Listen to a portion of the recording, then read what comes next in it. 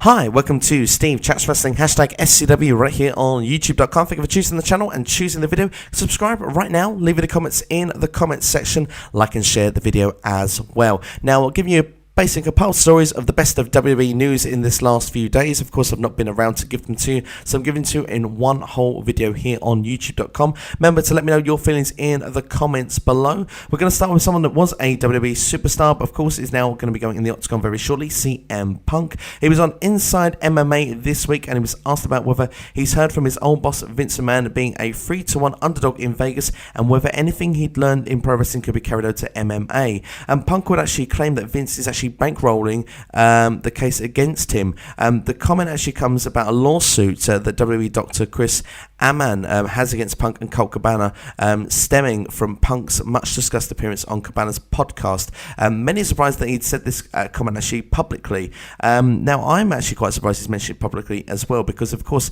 if there is anything in the pipeline, normally everything's going to be kept quite confidential. But it's, I guess, really, it just goes to show with Punk, really, and we're not going to get away from it, that Punk really is not happy with anything involved with WWE. And it goes on to show it even further, because there are rumours as well that actually he's actually fallen out with Colt Cabana. Apparently they're not following each other on Twitter anymore, and actually Twitter user Front Row Bryan has various MMA news stories in the past, has actually gone on to say a few things on Twitter. He said that I'm told Punk thinks that Colt did something that allegedly hurts his defence against the lawsuit filed by WWE's doctor. It also goes on to say in further tweets that got sued by a respected MD and cost him a friendship with Colt Cabana. Supposedly Colt actually attended a WWE Raw event, went backstage and took pics, and apparently CM Punk went nuts. Now, of course, it depends really on what was going on, but I do understand if there is a court case here that maybe that's perhaps a bit damaging. It could be petty in the same way, because Colt Cabana, of course, has been in ROH. He's a former WWE wrestler as well for a brief spell. He's probably there to see some of the guys, and particularly maybe some of the former ROH guys, maybe a Sami Zayn, a Kevin Owens. I mean, Kevin Owens winning the belt on Raw this week. I mean, it's unannounced whether he actually perhaps knew much about it, but at the same time, you know, he's gone there to actually see him. I mean, it would be kind of cool. Maybe Punk's overreacting, I'm not quite sure, but let me know your feelings in the comments below. Now, further on Finn Balor's injury, of course, then we'd actually suffered a torn labrums in his match against Seth Rollins at SummerSlam. He's expected to be out of action now from 8 to 9 months, and of course, this is longer than originally the diagnosis was given, which could have been 4 to 6 months. Now, it seems that the Royal Rumble return is pretty much ruled out, but according to RingsideNews.com, a return around WrestleMania 33 is still a possibility.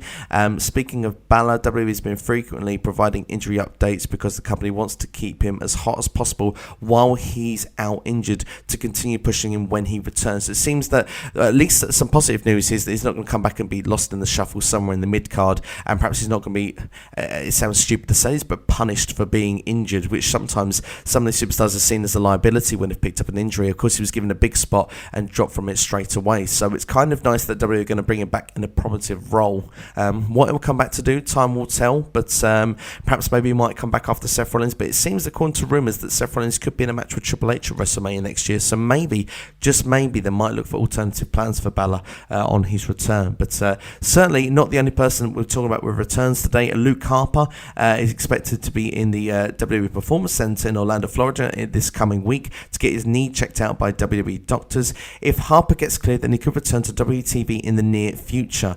Of course, he has suffered from a dislocated patella and a torn MPFL ligament during his dark match on March the 21st in actually Philadelphia, Pennsylvania. So it's interesting stuff, and to be brutally honest, I think Luke Harper is actually one of the most underrated talents in WWE. You've only got to look at his single run that he had actually when he was away from the Wyatt family, was the Intercontinental Champion for a brief spell.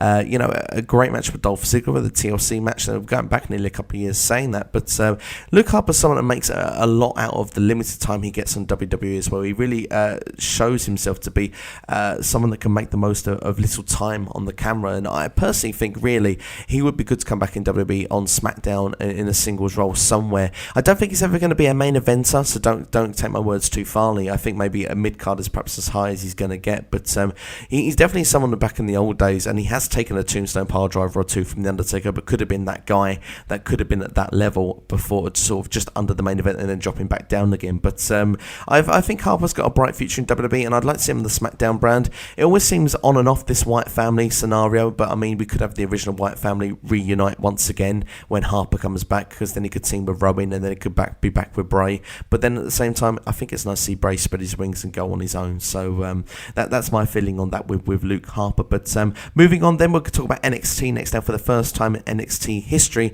a takeover is going to be in Toronto, Canada, at the Air Canada Centre. It's going to be on Saturday, November the 19th, the night before Survivor Series. So imagine that crowd. I mean, Canada is known as Cuckoo Land. They always go a bit crazy and for an NXT event, you expect them to be just exactly the same. And could this be now the start of something where we actually see now, before the big four events, always a takeover take place? Because it seems to me that would be the next step for NXT. And for me, I think this is very exciting news, and another sort of arena that could hold quite a good number of people. So it goes to show NXT once again is growing. I'm going to go talk next then about Brock Lesnar and Randy Orton. A rematch for them two from SummerSlam has been announced for September the 24th, a live event in Chicago. Now, the reason that WWE has opted to book Lesnar on a live event instead of the Clash of Champions event in Indianapolis is because it calls for different pay for live events, which the WWE Network specials. WWE have asked Lesnar to work the Chicago event, and he has actually agreed to doing that. Lesnar is actually able to choose his opponent based on who he thought the best superstar on the roster available on that night in terms of box office. At this point, the event isn't scheduled for a network live special, but things could change before then. I don't expect it to change. I'm going to be brutally honest. I expect it to be still a live event, which of course is great because you get the attraction of Brock Lesnar, you get to see this rematch. I think they needed to do a rematch with these two, and I hope we do get to see some sort of footage, whether it's at the Clash of Champions pay-per-view or not, but we'll have to wait and see as that runs. Talking about Daniel Bryan for you next then, and of course his contract, there's been rumours that he maybe might want to go back to the indie scene after everything with the talking smack with Miz being on there as well. It's gone on to say that his contract runs all the way till 2018, so don't expect him to be leaving anytime soon. But if he wants to return to the Indies, then we've been informed previously that WWE isn't willing to release him, and he's expected to have him showing up on programming elsewhere. So looking back at the angle though with the two, don't expect a future match. This was done just to build The Miz up. So all the rumours that were going on before that Daniel Bryan could be making a return back to the ring, this isn't the case. Going to Alberto Del Rio next now, and someone who is actually got a little bit of say in the company of whether he stays or goes. Alberto Del Rio has informed WWE through his lawyer that he's opting out of his WWE contract and is done with the company, so he's not going to come back after the wellness policy. He's been frustrated with the company for a while because they kept giving him empty promises after he was rehired back last summer. Del Rio was promised a main event push, which he never received it. In fact, there were rumours that he was going to be the next Rey Mysterio kind of big attraction of Mexican superstar, and actually paired with Paul Heyman, which I actually think would have really worked well, actually. It's a shame that WWE didn't go down that route. They went with Sept Coulter in the end, then they went with the Mex America, and for me, it didn't work. And then once Vince McMahon was done with it, he was thrown into the League of Nations, and, well, the rest has kind of written itself, really. But Del Rio, it seems to me, since coming back, he came back really with...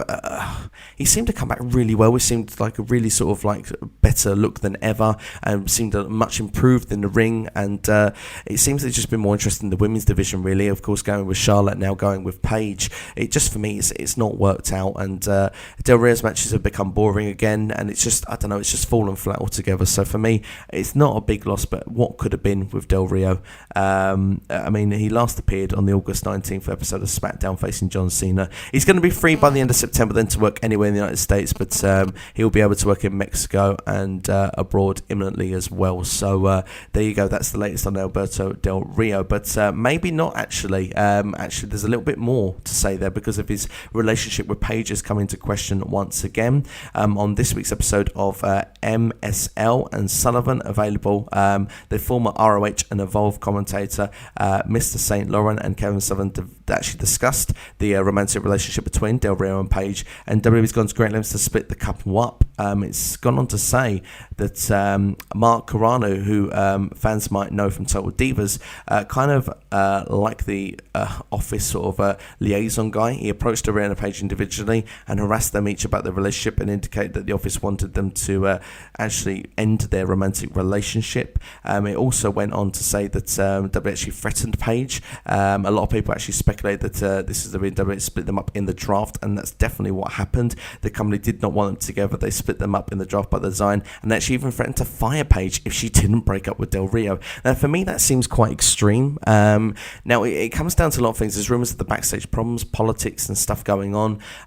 Maybe the company knew that Del Rio was going to go, perhaps from an earlier, got some signals, and they don't want to lose Paige. But if they're threatening to fire Paige, it kind of, for me, it just feels one big mess, this. And it doesn't look good going forward for Paige. And I hope that this rumour is just a rumour and it's taken with a pinch of salt. I hope there's no actual genuine feeling this, because I would hate to lose Paige from the WWE roster. I think she's got a lot to give, and definitely it would make that Raw women's division seem a bit flatter. I mean, I know we've got Sasha Banks, Charlotte and Bayley, so probably people are going to say, what are you talking about? We've got Nia Jax as well coming up a little bit. I'm a big fan of Paige. I would hate to see her go.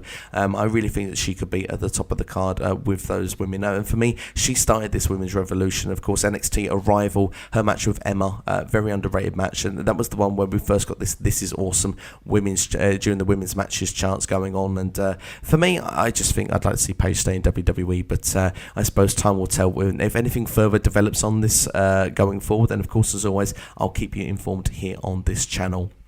Regarding the future of the Headbangers, of course, they made a return on SmackDown this week, and according to ProWrestlingSheet.com, it's a one-off appearance for now. The door is open for a return, but nothing's been signed at this point. According to Headbangers, they don't have any idea why WWE actually changed the theme music. Apparently, Mosh said that no clue what the future will hold, but it was something I wanted to do for a long time for my son. I think it was nice. It was nice to see them on SmackDown. I don't really see the benefit of having them there full time. That's just my personal opinion.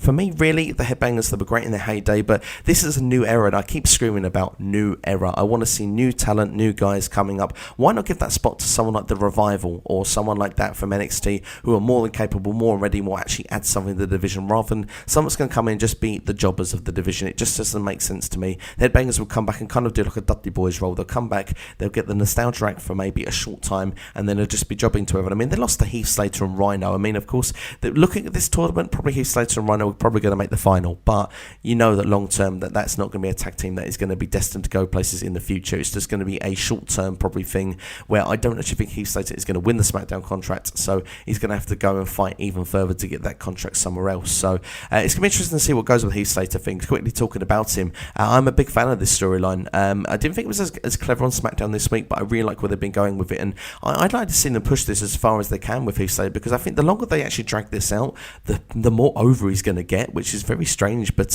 could you imagine Heath Slater being over to the point of like a Daniel Bryan? It actually could happen. It's starting to really make waves. I mean, we see like signs hold up of Slater's kids in the audience. People are starting to really buy into this storyline and the free agent idea. So I say let it roll for the minute and see where they can go with it. And eventually, when he does get a contract, whether it be Raw or SmackDown, it certainly will be then paid off, and hopefully Slater can make an impact on whichever roster he joins. But that's my feelings anyway, and that's all the news up to date for you there. Let me know your feelings in the comments below, and if you enjoyed this video as well, please hit that like button and give it a share right now. Subscribe to the channel as well. You've been watching Steve Chats Wrestling, #SCW the Wrestling Channel, right here on YouTube.com. Thank you for choosing the channel and choosing the video, and remember, let me know your feelings in the comments below.